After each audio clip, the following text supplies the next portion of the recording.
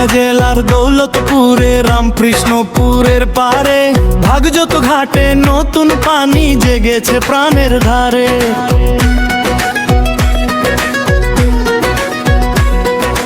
নদীর বুকে ঢেউ টলম জেলের মুখে হাসি, সকাল থেকে জাল ফেলে ভরে যাই ঝুলিয়া যে।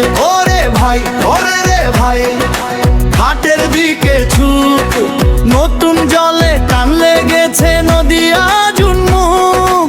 জলের তলে চকচকে রূপালি যে দুটি, আজকে ঘরে ফিরবে সবাই ভরা মাছের ঝুলি। ভাগজত ঘাটে মাছের মেলা,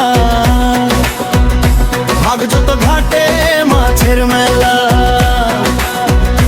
নতুন পানিতে হাসি ওঠে সব